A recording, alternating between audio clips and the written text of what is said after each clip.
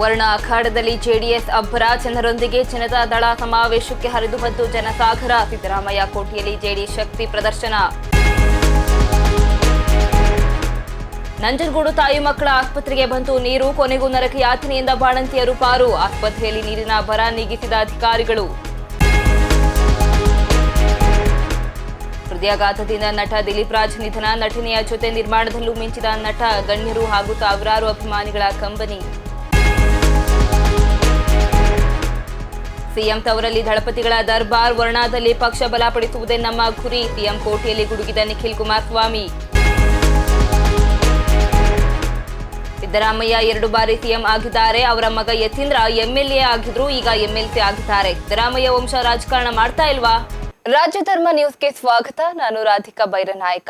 ಮೈಸೂರಿನ ವರ್ಣ ವಿಧಾನಸಭಾ ಕ್ಷೇತ್ರದಲ್ಲಿ ಇವತ್ತು ಜಾತ್ಯತೀತ ಜನತಾದಳದ ಅಬ್ಬರ ಜೋರಾಗಿದ್ದು, ಜನರೊಂದಿಗೆ ಜನತಾದಳ ಸಮಾವೇಶಕ್ಕೆ ಆಗಮಿಸಿದ ಯುವ ನಾಯಕ ನಿಖಿಲ್ ಕುಮಾರಸ್ವಾಮಿಗೆ ಕಾರ್ಯಕರ್ತರು ಅಭೂತಪೂರ್ವ ಸ್ವಾಗತವನ್ನ ಕೋರಿದ್ರು. ಇನ್ನು ಬನ್ನೂರು ರಸ್ತೆಯ ಭೂಗತಹಳ್ಳಿ ಬಳಿಯಿಂದ ಸಮಾವೇಶದ ವೇದಿಕೆಯವರೆಗೆ ಸಾವಿರಾರು ಕಾರ್ಯಕರ್ತರು ನಿಖಿಲ್ ಅವರನ್ನ ಅದ್ದೂರಿ ಮೆರವಣಿಗೆಯ ಮೂಲಕ ಬರಮಾಡಿಕೊಂಡಿದ್ದಾರೆ. ಇನ್ನು ಮೆರವಣಿಗೆಯುದ್ದಕ್ಕೂ ಜಯ ಘೋಷ ಹಾಕಿದ ಕಾರ್ಯಕರ್ತರು ಬೃಹತ್ ಗಾತ್ರದ ಹೂವಿನ ಹಾರ ಹಾಕಿ ಹಾಗೂ ಮಳೆ ಸುರಿಸುವ ಮೂಲಕ ತಮ್ಮ ನೆಚ್ಚಿನ ನಾಯಕನ ಮೇಲೆ ಪ್ರೀತಿಯನ್ನ ವ್ಯಕ್ತಪಡಿಸಿದ್ದಾರೆ. ಇನ್ನು ಕ್ಷೇತ್ರದ ಮೂಲೆ ಮೂಲೆಗಳಿಂದ ಆಗಮಿಸಿದ್ದ ಸಾವಿರಾರು ಕಾರ್ಯಕರ್ತರು ಸಮಾವೇಶದಲ್ಲಿ ಪಾಲ್ಗೊಳ್ಳುವ ಮೂಲಕ ವರ್ಣದಲ್ಲಿ ಜೆಡಿಎಸ್ ತನ್ನ ಬಲವನ್ನ ಪ್ರದರ್ಶನ ಮಾಡಿತ್ತು. ಇನ್ನು ಮುಂಬರುವ ದಿನಗಳಲ್ಲಿ ಪಕ್ಷವನ್ನ ಸಂಘಟಿಸುವ ಮತ್ತು ಜನರ ಸಮಸ್ಯೆಗಳಿಗೆ ಧ್ವನಿಯಾಗುವ ನಿಟ್ಟಿನಲ್ಲಿ ಈ ಸಮಾವೇಶವು ಮಹತ್ವದ ವೇದಿಕೆಯಾಗಿ ಮಾರ್ಪಟ್ಟಿತ್ತು.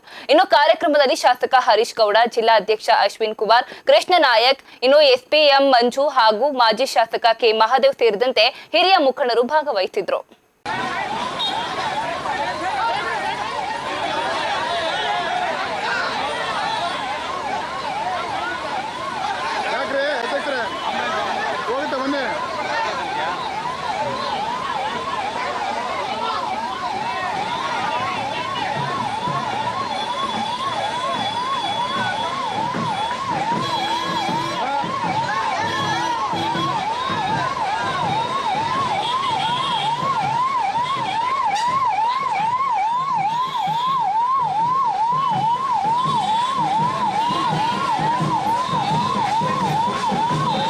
ನಂಜನಗೂಡಿನ ತಾಯಿ ಮತ್ತು ಮಕ್ಕಳ ಆಸ್ಪತ್ರೆಯಲ್ಲಿ ರೋಗಿಗಳು ಹಾಗೂ ಬಾಣಂತಿಯರು ಅನುಭವಿಸ್ತಾ ಇದ್ದ ನರಕ ಯಾತ್ರೆಗೆ ಕೊನೆಗೂ ಮುಕ್ತಿ ಸಿಕ್ಕಿದೆ. ಶೌಚಾಲಯಕ್ಕೆ ನೀರಿಲ್ಲದೆ ಬಾಣಂತಿಯರು ಬಾಟಲ್ಗಳಲ್ಲಿ ನೀರು ತರುವ ದಯನೀಯ ಸ್ಥಿತಿ ಮತ್ತು ಅಧಿಕಾರಿಗಳ ಉಡಾಫೆ ಉತ್ತರದ ಬಗ್ಗೆ ರಾಜ್ಯ ಧರ್ಮ ವಾಹಿನಿಯಲ್ಲಿ ಸುದ್ದಿ ಪ್ರಸಾರವಾಗ್ತಾ ಇದ್ದಂತೆ ಎಚ್ಚೆತ್ತ ಆಸ್ಪತ್ರೆ ಮಂಡಳಿ ಸಮಾರೋಪಾದಿಯಲ್ಲಿ ಕಾರ್ಯಾಚರಣೆ ನಡೆಸಿ ಸಮಸ್ಯೆಯನ್ನು ಸರಿಪಡಿಸಿದೆ.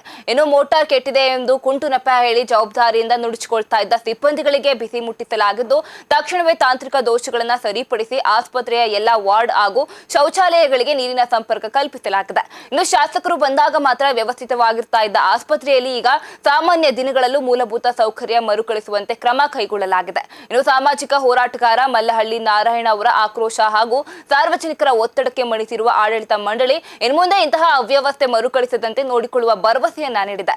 ಸದ್ಯ ಆಸ್ಪತ್ರೆಯಲ್ಲಿ ನೀರಿನ ವ್ಯವಸ್ಥೆ ಸುಗಮವಾಗಿದ್ದು, ರೋಗಿಗಳು ಹಾಗೂ ಅವರ ಸಂಬಂಧಿಕರು ನಿಟ್ಟುಸಿರು ಬಿಟ್ಟಿದ್ದಾರೆ.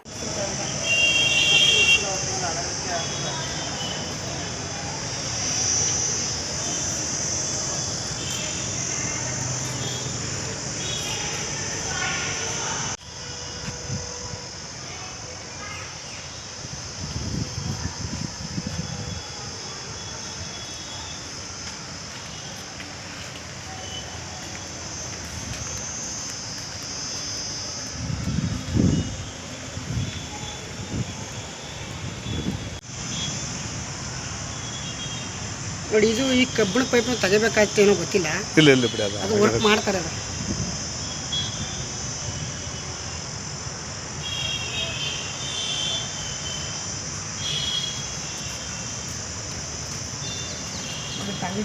ಬಂದೆ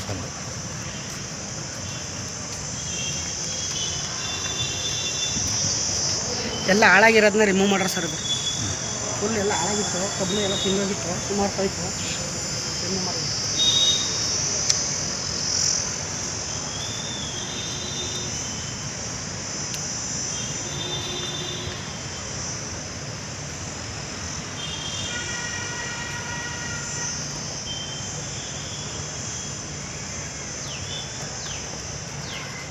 ಎಲ್ಲ ಈಗ ಮಾಡಿರೋದಲ್ಲ, ಅದೆಲ್ಲ ಈಗ ಮಾಡೋದು ಸರ್, ಹೊಸ ಮಾಡೋದು ಹೊಸ lines.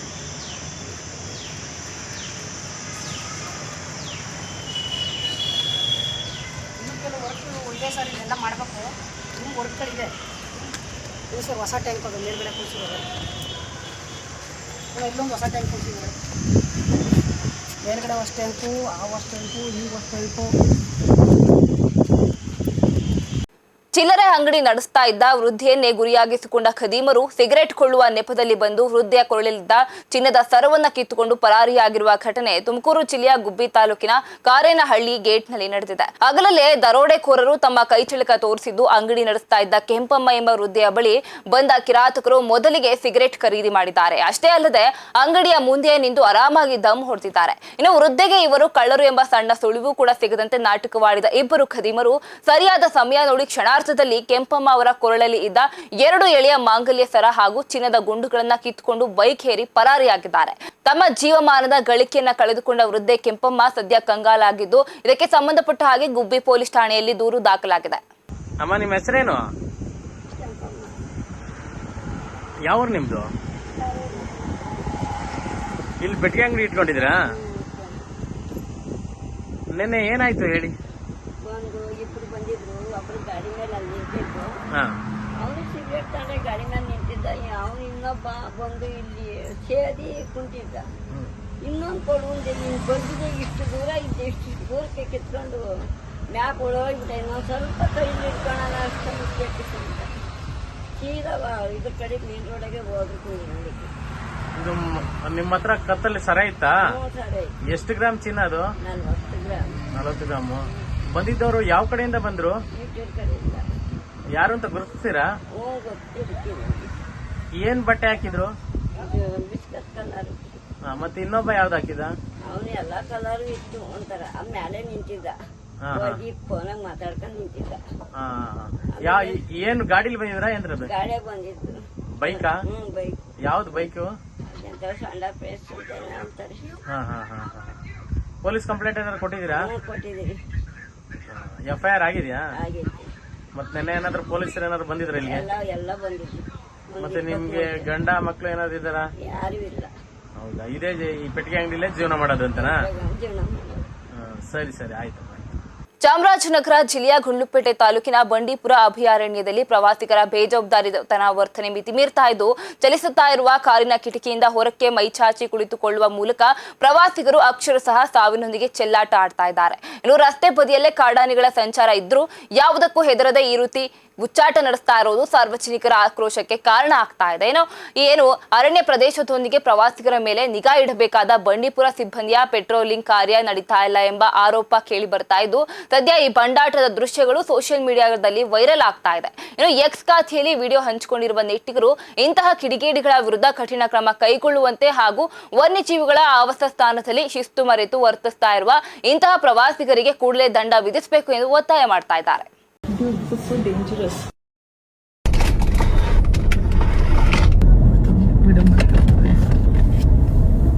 Dude, this is so dangerous.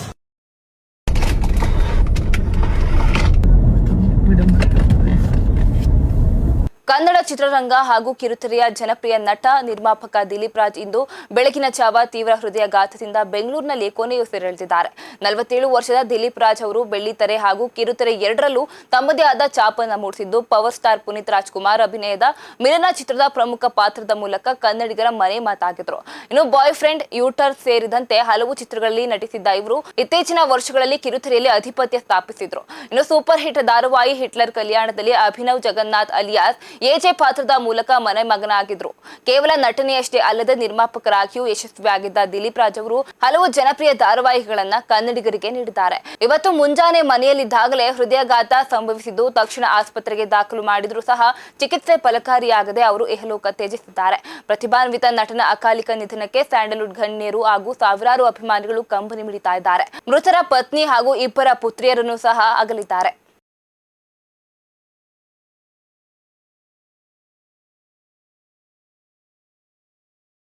ಸಾಂಸ್ಕೃತಿಕ ನಗರಿ ಮೈಸೂರಿನಲ್ಲಿ ಇವತ್ತು ಬೆಳ್ಳಂಬೆಳಗ್ಗೆ ಜೆಸಿಬಿ ಯಂತ್ರಗಳು ಗರ್ಜಿಸ್ತಾ ಇದ್ದು ಮೈಸೂರು ನಗರಾಭಿವೃದ್ಧಿ ಪ್ರಾಧಿಕಾರದ ಅಧಿಕಾರಿಗಳು ನಾಚನಹಳ್ಳಿಯ ಸರ್ವೆ ನಂಬರ್ 21ರಲ್ಲಿ ಅಕ್ರಮವಾಗಿ ತಲೆ ಎತ್ತಿದ್ದ ಕಟ್ಟಡಗಳ ಮೇಲೆ ದಾಳಿ ನಡೆಸಿ ಶಾಕ್ ನೀಡಿದ್ದಾರೆ. ಸರ್ಕಾರಿ ಜಾಗವನ್ನ ಒತ್ತುವರಿ ಮಾಡಿಕೊಂಡು ಸ್ಥಳೀಯರು ಅನಧಿಕೃತವಾಗಿ ನಿರ್ಮಾಣ ಮಾಡ್ತಾ ಇದ್ದ ಮನೆ ಹಾಗೂ ಕಾಂಪೌಂಡ್ಗಳನ್ನು ಅಧಿಕಾರಿಗಳು ಮುಲಾಜಿಲ್ಲದೆ ನೆಲಸಮ ಮಾಡಿದ್ದಾರೆ. ಇನ್ನು ಈ ಮಿಂಚಿನ ಕಾರ್ಯಾಚರಣೆಯ ಮೂಲಕ ಸುಮಾರು 24 ಗುಂಟೆಗೂ ಅಧಿಕ ಮೌಲ್ಯದ ಸರ್ಕಾರಿ ಭೂಮಿಯನ್ನ ಎಂಡಿಎ ಯಶಸ್ವಿಯಾಗಿ ತನ್ನ ವಶಕ್ಕೆ ಪಡೆದುಕೊಂಡಿದೆ. ಎಷ್ಟೇ ಎಚ್ಚರಿಕೆ ನೀಡಿದ್ರೂ ಜಾಗ ತೆರವುಗೊಳಿಸಿದ ಹಿನ್ನೆಲೆಯಲ್ಲಿ ಇವತ್ತು ಮುಂಜಾನೆಯೇ ಸ್ಥಳಕ್ಕೆ ಧಾವಿಸಿದ ಅಧಿಕಾರಿಗಳ ತಂಡವು ಒತ್ತುವರಿದಾರರಿಗೆ ಸರಿಯಾದ ಬಿಸಿ ಮುಟ್ಟಿಸಿದ್ದಾರೆ. ಮೈಸೂರಿನಾದ್ಯಂತ ಈ ಕಾರ್ಯಾಚರಣೆ ಈಗ ಭಾರಿ ಸಂಚಲನ ಮೂಡಿಸ್ತಾ ಇದೆ.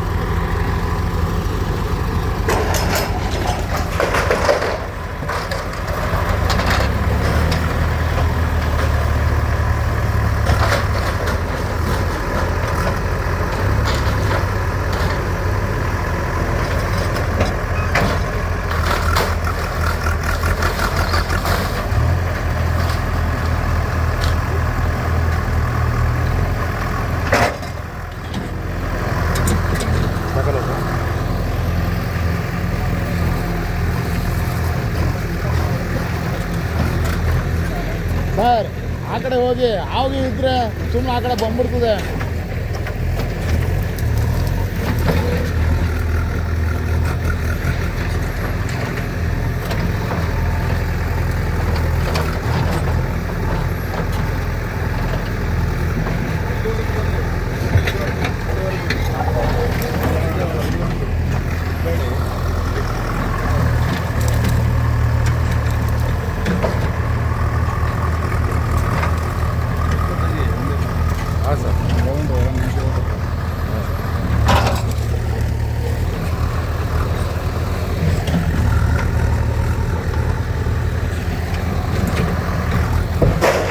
ವರ್ಣದಲ್ಲಿ ನಡೆದ ಜನರೊಂದಿಗೆ ಜನತಾದಳ ಕಾರ್ಯಕ್ರಮವು ಅದ್ದೂರಿಯಾಗಿ ನಡೆದಿದ್ದು ಸಿಎಂ ತವರಲ್ಲಿ ದಳಪತಿಗಳು ರಣಕಹಳೆ ಮುಳುಗಿಸಿದ್ದಾರೆ. ಈ ವೇಳೆ ಮಾತನಾಡಿದ ನಿಖಿಲ್ ಕುಮಾರಸ್ವಾಮಿ, ಕನ್ನಡಿಗರ ಆಶೀರ್ವಾದದಿಂದ ಪಕ್ಷವು ಯಶಸ್ವಿಯಾಗಿ 25 ವರ್ಷಗಳನ್ನು ಪೂರೈಸಿದ್ದು ವರ್ಣ ಕ್ಷೇತ್ರದಲ್ಲಿ ಜೆಡಿಎಸ್ ಅಸ್ತಿತ್ವದ ಬಗ್ಗೆ ವಿಶ್ವಾಸವನ್ನು ವ್ಯಕ್ತಪಡಿಸಿದ್ದಾರೆ. ಇನ್ನು 2018ರ ಚುನಾವಣೆಯಲ್ಲಿ ಪಕ್ಷದ ಅಭ್ಯರ್ಥಿಯಾಗಿದ್ದ ಅಭಿಷೇಕ್ ಅವರಿಗೆ ಸುಮಾರು 28,000 ಮತಗಳನ್ನು ನೀಡುವ ಮೂಲಕ ವರ್ಣ ಜನತೆ ಜೆಡಿಎಸ್ ಬೆಂಬಲಕ್ಕೆ ನಿಂತಿದ್ರು. ಇವತ್ತು ಕೂಡ ವೈಯಕ್ತಿಕ ಕೆಲಸಗಳ ನಡುವೆಯೂ ಸಾವಿರಾರು ಸಂಖ್ಯೆಯಲ್ಲಿ ಕಾರ್ಯಕರ್ತರು ಇಲ್ಲಿ ಸೇರಿರುವುದು ಅಭಿಷೇಕ್ ಅವರಿಗೆ ಇರುವ ಜನ ಬೆಂಬಲವನ್ನ ತೋರಿಸ್ತಾ ಇದೆ ಎಂದು ಶ್ಲಾಘನೆಯನ್ನ ವ್ಯಕ್ತಪಡಿಸಿದ್ದಾರೆ. ಇನ್ನು ಸಿಎಂ ಕ್ಷೇತ್ರ ಎಂಬ ಕಾರಣಕ್ಕೆ ಹಿಂಜರಿಯದೆ ಪಕ್ಷವನ್ನ ಬಲಪಡಿಸುವತ್ತ ಗಮನ ಹರಿಸಿ ಎಂದು ಕಾರ್ಯಕರ್ತರಿಗೆ ಹುರಿದುಂಬಿಸಿದ್ರು. ಇನ್ನು ವರ್ಣ ಕ್ಷೇತ್ರದ ಜೆಡಿಎಸ್ ಆಕಾಂಕ್ಷಿ ಅಭಿಷೇಕ್ ಅವರಿಗೆ ಮಹತ್ವದ ಸಲಹೆ ನೀಡಿದ ನಿಖಿಲ್, ಮುಂದಿನ ದಿನಗಳಲ್ಲಿ ಜನರ ಆಶೀರ್ವಾದ ಸಿಗುವ ಕಾಲ ಬಹಳ ದೂರ ಏನಿಲ್ಲ. ಜನರ ಕಷ್ಟ ಸುಖಗಳಿಗೆ ಭಾಗಿಯಾಗಿ ಕ್ಷೇತ್ರದ ಜನರೊಂದಿಗೆ ಉತ್ತಮ ಬಾಂಧವ್ಯ ಬೆಳೆಸಿಕೊಳ್ಳುವ ಮೂಲಕ ಕೆಲಸ ಮಾಡಿ ಎಂದು ಕಿವಿಮಾತು ಹೇಳಿದ್ದಾರೆ. 28,000ಕ್ಕಿಂತ ಹೆಚ್ಚು ಮತಗಳು ಅವ್ರ ಪರವಾಗಿ ಕ್ರೋಢೀಕರಿಸ್ತಕ್ಕಂಥದ್ದಕ್ಕೆ ನೀವೆಲ್ಲರೂ ಕೂಡ ಸಹಕಾರವನ್ನು ವ್ಯಕ್ತಪಡಿಸಿದ್ರಿ. ಅಭಿಷೇಕ್ ರವರು ಇತ್ತೀಚೆಗೆ ಮೈಸೂರು ಜಿಲ್ಲೆಯಲ್ಲಿ ಪಕ್ಷದ ಕಾರ್ಯಕ್ರಮವನ್ನು ನೆರವೇರ್ತಾ ಇದ್ದಂಥ ಒಂದು ಸಂದರ್ಭದಲ್ಲಿ ವರ್ಣ ಕ್ಷೇತ್ರಕ್ಕೂ ಕೂಡ ತಾವು ಆಗಮಿಸಬೇಕು.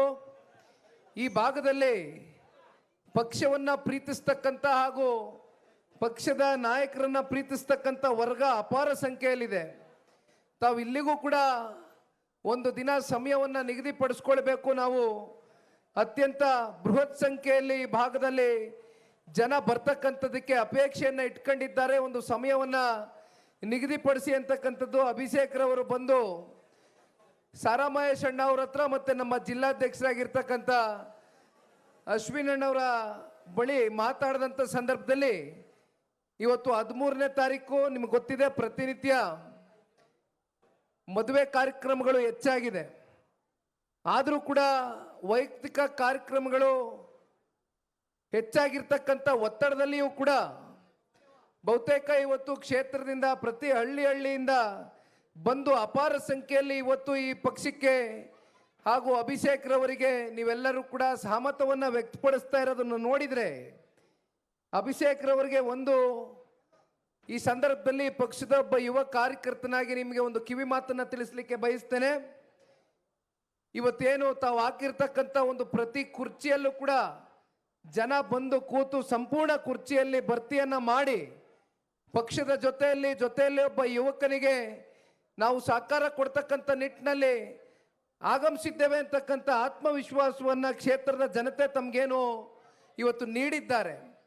ಬಹುಶಃ ಇವತ್ತಿನ ಈ ಒಂದು ಸಭೆಯಲ್ಲಿ ಬಂದಿರತಕ್ಕಂಥ ಕ್ಷೇತ್ರದ ಜನ ಏನಿದ್ದಾರೆ, ನೀವು ಮುಂದಿನ ದಿನಗಳಲ್ಲಿ ಸಂಘಟಿತರಾಗಿ ಅತಿ ಹೆಚ್ಚು ಕ್ಷೇತ್ರದಲ್ಲಿ ಸಂಘಟನೆಗೆ ಒತ್ತನ್ನು ಕೊಡುವ ಮೂಲಕ ಯಾವುದೇ ವೈಯಕ್ತಿಕ ಸಮಾರಂಭಗಳಿರಲಿ, ಯಾವುದೇ ಸಾವು ನೋವುಗಳಿರಲಿ, ನೀವು ನಿರಂತರವಾಗಿ ಕ್ಷೇತ್ರದ ಜನತೆಯ ಜೊತೆ ಒಂದು ಒಡನಾಟ, ಪ್ರೀತಿ, ವಿಶ್ವಾಸದಿಂದ ಒಂದು ಬಾಂಧವ್ಯ ಮತ್ತು ಸಂಪರ್ಕವನ್ನು ಇಟ್ಕೊಂಡ್ರೆ ನನಗೆ ಸಂಪೂರ್ಣ ವಿಶ್ವಾಸ ಇದೆ. ಇಲ್ಲಿ ಮಾಜಿ ಸಚಿವರು ಸಾರಾ ಮಹೇಶ್ ಅಣ್ಣವರು ಕೂತಿದ್ದಾರೆ. ಅವರು ಕೂಡ ಈ ಕಾರ್ಯಕ್ರಮ ಇವತ್ತಿನ ದಿನಾಂಕವೇ ನಿಗದಿ ಆಗಬೇಕು ಅಂತಕ್ಕಂಥದ್ದನ್ನು ಅವರೇ ಕೂತು ಇವತ್ತು ಈ ಕಾರ್ಯಕ್ರಮವನ್ನು ನೆರವೇರಿಸ್ತಕ್ಕಂಥದ್ದಕ್ಕೆ ಮೂಲ ಕಾರಣಕರ್ತರಿದ್ದಾರೆ. ಅವ್ರ ಮುಂದೆಯೂ ಕೂಡ ನಾನು ತಿಳಿಸ್ಲಿಕ್ಕೆ ಬಯಸ್ತೇನೆ. ಇವತ್ತೇನು ಜನ ಇಲ್ಲಿ ಬಂದಿದ್ದಾರೆ, ಇವತ್ತು ಜನರೊಂದಿಗೆ ಜನತಾದಳ ಕಾರ್ಯಕ್ರಮಕ್ಕೆ ಇನ್ನು 10 ಪಟ್ಟು ಜನ ಮುಂದಿನ ದಿನಗಳಲ್ಲಿ ನೀವು ಯಾವ ರೀತಿ ಅವ್ರ ಜೊತೆ ನಡ್ಕೊಳ್ತೀರಿ ಅದನ್ನು ಜನ ಸೂಕ್ಷ್ಮವಾಗಿ ಗಮನಿಸಿ ಇನ್ನೂ ದೊಡ್ಡ ಅಪಾರ ಸಂಖ್ಯೆಯಲ್ಲಿ ನಿಮಗೆ ಬಂದು ಆಶೀರ್ವಾದ ಮಾಡ್ತಕ್ಕಂಥ ದಿನ ಭಾಳ ದೂರ ಇಲ್ಲ. ದಯಮಾಡಿ ತಾವು ಹೆದರ್ತಕ್ಕಂಥದ್ದಾಗಬಾರ್ದು. ಪ್ರಧಾನಿ ನರೇಂದ್ರ ಮೋದಿ ಹಾಗೂ ಮಾಜಿ ಸಿಎಂ ಬಿಎಸ್ ಯಡಿಯೂರಪ್ಪ ವಿರುದ್ಧ ವಾಟಾಳ್ ನಾಗರಾಜ್ ಅವರು ನೀಡಿರುವ ವಿವಾದಾತ್ಮಕ ಹೇಳಿಕೆಯನ್ನ ಖಂಡಿಸಿ ಬಿಜೆಪಿ ಕಾರ್ಯಕರ್ತರು ಪ್ರತಿಭಟನೆ ನಡೆಸಿದರು. ಮಂಡ್ಯದ ಸಂಜಯ್ ವೃತ್ತದಲ್ಲಿ ಜಮಾಯಿಸಿದ ಪ್ರತಿಭಟನಾಕಾರರು ವಾಟಾಳ್ ನಾಗರಾಜ್ ಭಾವಚಿತ್ರವನ್ನ ಹರಿದು ಚಪ್ಪಲಿಗಳಿಂದ ತುಳಿಯುವ ಮೂಲಕ ತಮ್ಮ ಆಕ್ರೋಶವನ್ನ ವ್ಯಕ್ತಪಡಿಸಿದ್ದಾರೆ.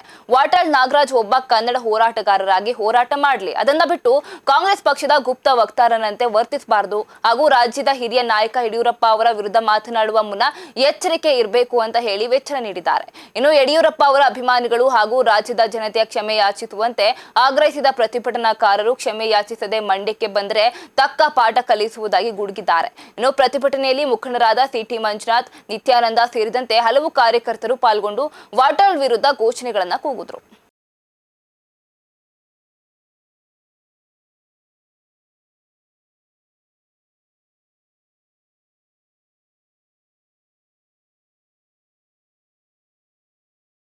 ಏನು ಅಯೋಗ್ಯ ವಾಟಾಳು BS ಯಡಿಯೂರಪ್ಪಾಜಿಯವ್ರ ಬಗ್ಗೆ, ಮಠಾಧೀಶರ ಬಗ್ಗೆ, ನರೇಂದ್ರ ಮೋದಿಜಿಯವ್ರಿಗೆ ಮಾತಾಡಿದ್ದಾರೆ ನೋಡಿ. ಇದುವರೆಗೆ ನಾವು ವಾಟಾಳ್ ಬಗ್ಗೆ ತುಂಬ ಗೌರವ ಇತ್ತು ನಮಗೆ, ಅವ್ರಿಗೆ ಇವತ್ತು ಕೂಡ ಅವ್ರ ಮೇಲೆ ತುಂಬ ಗೌರವ ಇದೆ.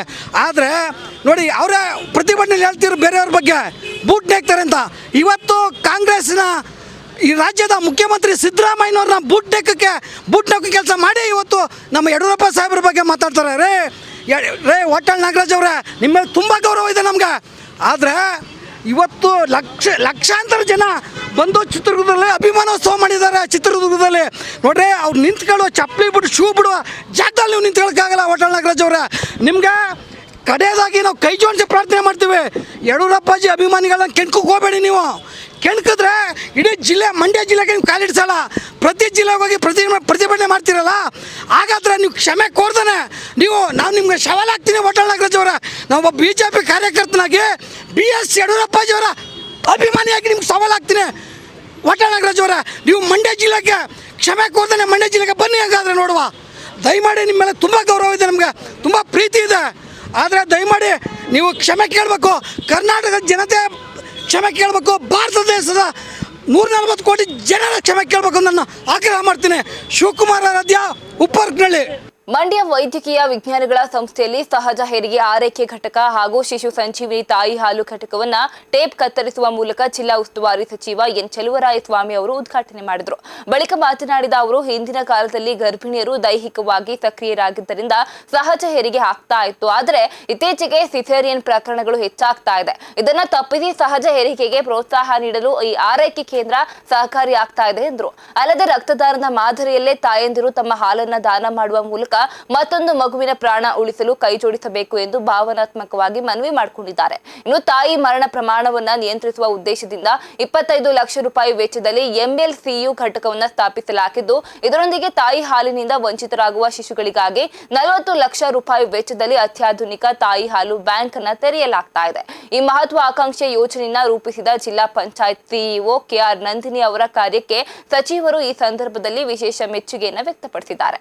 ಸಹಜವಾಗಿ ಹೆರಿಗೆ ಆಗಬೇಕು ಅನ್ನೋದು ಎಲ್ಲರೂ ಬಯಸೋರು ಭಾಳಷ್ಟು ಜನ ಇದ್ದಾರೆ ಮತ್ತು ಅದು ಆರೋಗ್ಯ ದೃಷ್ಟಿಯಿಂದ ಎಲ್ಲ ದೃಷ್ಟಿಯಿಂದ ಒಳ್ಳೆಯದು.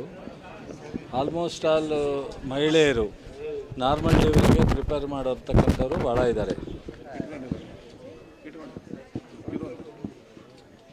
ಈಗ ವಿಕ್ಟೋರಿಯಾದಲ್ಲಿ ಇದಕ್ಕೆ ಬೇಕಾಗ್ತಕ್ಕಂಥ ಎಲ್ಲ ಕೇರ್ ತಗೊಳ್ತಕ್ಕಂಥದ್ದಕ್ಕೆ ರಾಜ್ಯ ಸರ್ಕಾರ ಹೆಚ್ಚು ಕಾನ್ಸಂಟ್ರೇಟ್ ಮಾಡಿದೆ.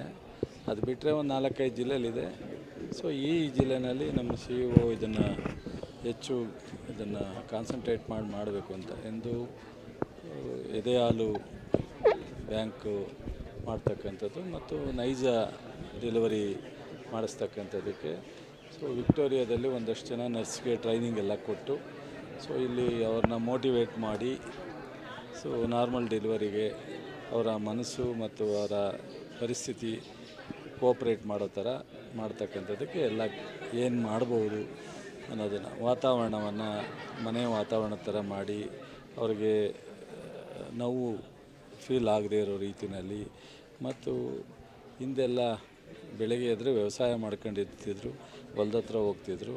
ಸೊ ಅವ್ರು ಎಲ್ಲ ಥರದ ಕೆಲಸ ಮಾಡ್ಕೊಂಡು ಲಾಸ್ಟಲ್ಲಿ ಡೆಲಿವರಿ ಆಗೋ ಹಿಂದಿನ ದಿವಸನೂ ಕೆಲಸ ಮಾಡ್ತಿದ್ರು, ಸಹಜವಾಗಿ ಆಗಿಬಿಡ್ತಿದ್ರು. ಈಗ ಏನಾಗುತ್ತೆ, ಹೆಚ್ಚು ಮನೆಯಲ್ಲೇ ಇರ್ತಕ್ಕಂಥದ್ದು ಮತ್ತು ಅವ್ರಿಗೆ ಪ್ರೆಗ್ನೆನ್ಸಿ ಆದ ತಕ್ಷಣವೇ ಹೆಚ್ಚು ಕೇರ್ ತೊಗೊಳ್ಳೋದು ಇದೆಲ್ಲ ಇರೋದರಿಂದ ಸ್ವಲ್ಪ ಡೆಲಿವರಿ ಭಾಳ ಫ್ರೀಯಾಗಿ ಆಗೋಲ್ಲ. ಅದಕ್ಕೋಸ್ಕರ ಈ ಒಂದು ಮೆಥಡನ್ನು ಉಪಯೋಗಿಸ್ತಕ್ಕಂಥ.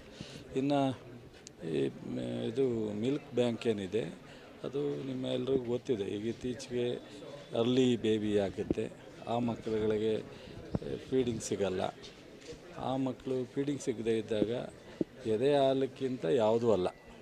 ನೀವು ಎಂಥ ಹಾಲನ್ನು ಮಕ್ಕಳಿಗೆ ಕೊಟ್ರೂ ಎದೆ ಹಾಲನ್ನು ಒಂದು ಸಫಿಷಿಯೆಂಟಾಗಿ ಯಾವ ಮಕ್ಕಳು ಕುಡಿಯುತ್ತೆ ಆ ಮಕ್ಕಳೇ ಲಾಂಗ್ ಟೈಮ್ ಹೆಲ್ತಿಯಾಗಿರಲಿಕ್ಕೆ ಮತ್ತು ಎನರ್ಜೆಟಿಕ್ ಇರಲಿಕ್ಕೆ ಸಾಧ್ಯ ಅನ್ನೋದು ಜನರಲಿ ನಮ್ಮೆಲ್ರಿಗೂ ಸೈಂಟಿಫಿಕ್ ಆಗಿ ಗೊತ್ತಿರತಕ್ಕಂಥ ವಿಚಾರ. ವರ್ಣ ವಿಧಾನಸಭಾ ಕ್ಷೇತ್ರದಲ್ಲಿ ನಡೆದ ಜನರೊಂದಿಗೆ ಜನತಾದಳ ಸಮಾವೇಶದಲ್ಲಿ ಭಾಗಿಯಾಗಿದ್ದ ಮಾಜಿ ಸಚಿವ ಸಾರಾ ಮಹೇಶ್ ಅವರು ಮುಖ್ಯಮಂತ್ರಿ ಸಿದ್ದರಾಮಯ್ಯ ಹಾಗೂ ರಾಜ್ಯ ಸರ್ಕಾರದ ವಿರುದ್ಧ ತೀವ್ರ ವಾಗ್ದಾಳಿಯನ್ನು ನಡೆಸಿದ್ದಾರೆ.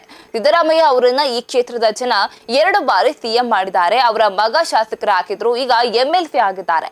JDS ಅನ್ನ ಅಪ್ಪ ಮಕ್ಕಳ ಪಕ್ಷ ಅಂತ ಟೀಕೆ ಮಾಡ್ತಾ ಇದ್ದ ಸಿದ್ದರಾಮಯ್ಯ ಅವರು ಈಗ ಮಾಡ್ತಾ ಇರೋದು ಕುಟುಂಬ ರಾಜಕಾರಣ ಅಲ್ಲವಾ ಅಂತ ಪ್ರಶ್ನೆ ಕೂಡ ಹಾಕಿದ್ರು.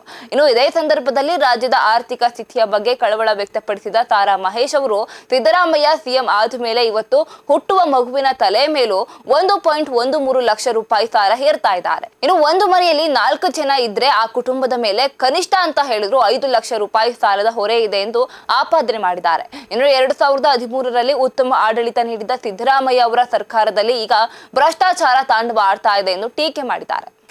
ಮಾತೆತ್ತಿದ್ರೆ ಈಗ 2ನೇ ಬಾರಿ ಮುಖ್ಯಮಂತ್ರಿ ಅಭಿಷೇಕ್ ಅವ್ರನ್ನ ಈ ರಾಜ್ಯದ 2ನೇ ಬಾರಿ ಮುಖ್ಯಮಂತ್ರಿಯನ್ನು ಕೂಡ ಮಾಡಿದ್ದೀರ. ಖುಷಿ ಪಡೋಣ. ನಮ್ಮ ಜಿಲ್ಲೆಯವರು ಅವ್ರ ಮಗ ಅವ್ರನ್ನ MLAನೂ ಮಾಡಿದ್ರಿ, ಈಗ MLCನೂ ಮಾಡಿದ್ದೀರಿ. ಮಾತೆತ್ತಿದ್ರೆ ನಮ್ಮ JDS ಪಕ್ಷ ಅಪ್ಪ ಮಕ್ಕಳ ಪಕ್ಷ. ಈಗ ಸಿದ್ದರಾಮಯ್ಯನವ್ರ ಮುಖ್ಯಮಂತ್ರಿ, ತಮ್ಮ ಮಗ MLC, ಈ ರಾಜ್ಯದಲ್ಲಿ ಶಾಸಕರಾಗಿದ್ದವರು. ನಿಮ್ದು ಯಾವ ಪಕ್ಷ? ನಾವೇನು ಹೇಳಲ್ಲ, ನೀವು ಹೇಳಿ. ನಾವು ಒಂದು ಪ್ರಾದೇಶಿಕ ಪಕ್ಷ. ನಾವು ಅಧಿಕಾರ ಕೊಟ್ಟರೆ ನಮ್ಮ ಪಕ್ಷದ ಕಾರ್ಯಕರ್ತರು ತಂದೆ ಮಕ್ಕಳು ಹೋರಾಟ ಮಾಡಿ ಇವತ್ತು ಒಂದು ಪ್ರಾದೇಶಿಕ ಪಕ್ಷವನ್ನು ಈ ಸುದೀರ್ಘ ಕಾಲ ನಿಮ್ಮೆರಡು ರಾಷ್ಟ್ರೀಯ ಪಕ್ಷಗಳ ನಡುವೆ ಉಳಿಸ್ಕೊ ಬಂದಿದ್ದೀವಲ್ಲ, ನೀವು ಇದೇ ಪಕ್ಷದಲ್ಲಿ ಇದ್ದವರು ಆಯ್ತಲ್ಲ ಸ್ವಾಮಿ, ನೀವು ಸಮಾಜವಾದಿಯವರು, ಭ್ರಷ್ಟಾಚಾರ ರಹಿತವಾಗಿರೋರು. ಈಗ ನಿಮ್ದು ಯಾವ ಪಕ್ಷ?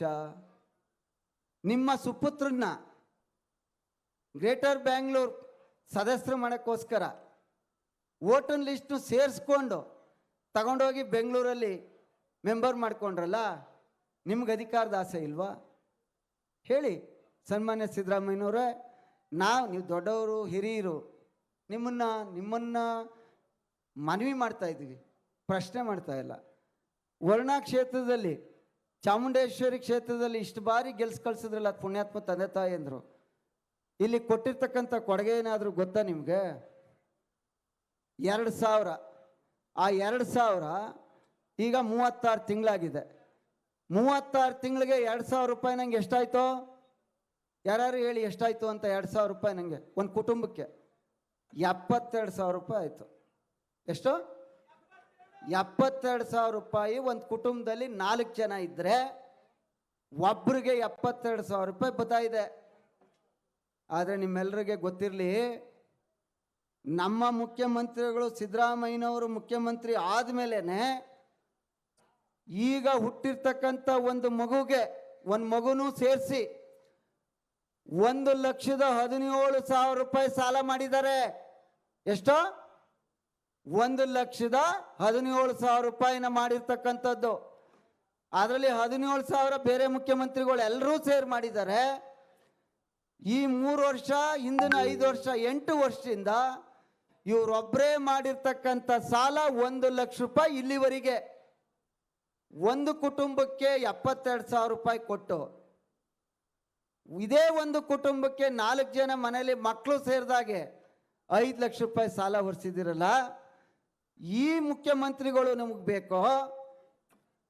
ಜನರ ಕಷ್ಟಗಳನ್ನು ನೋಡಿ ಅವತ್ತು ಸಮ್ಮಿಶ್ರ ಸರ್ಕಾರದಲ್ಲಿ 25,000 ಕೋಟಿ ಸಾಲ ಮನ್ನಾ ಮಾಡಿದಂಥ ಕುಮಾರಣ್ಣರವರ ಸರ್ಕಾರ ಬೇಕು ಅನ್ನುವಂಥದ್ದನ್ನ ನೀವು ತೀರ್ಮಾನ ಮಾಡಬೇಕು ಅನ್ನುವಂಥ ಮನವಿಯನ್ನ ಮಾಡ್ತಾ, ಇದೆಷ್ಟು ಈವರೆಗಿನ ಪ್ರಮುಖ ಸುದ್ದಿಗಳು. ಹೆಚ್ಚಿನ ಸುದ್ದಿಗಾಗಿ ನೋಡ್ತಾ ಇರಿ ರಾಜಧರ್ಮ ನ್ಯೂಸ್. ಇದು ಕನ್ನಡಿಗರ ಬೆನ್ನೆಲುಬು.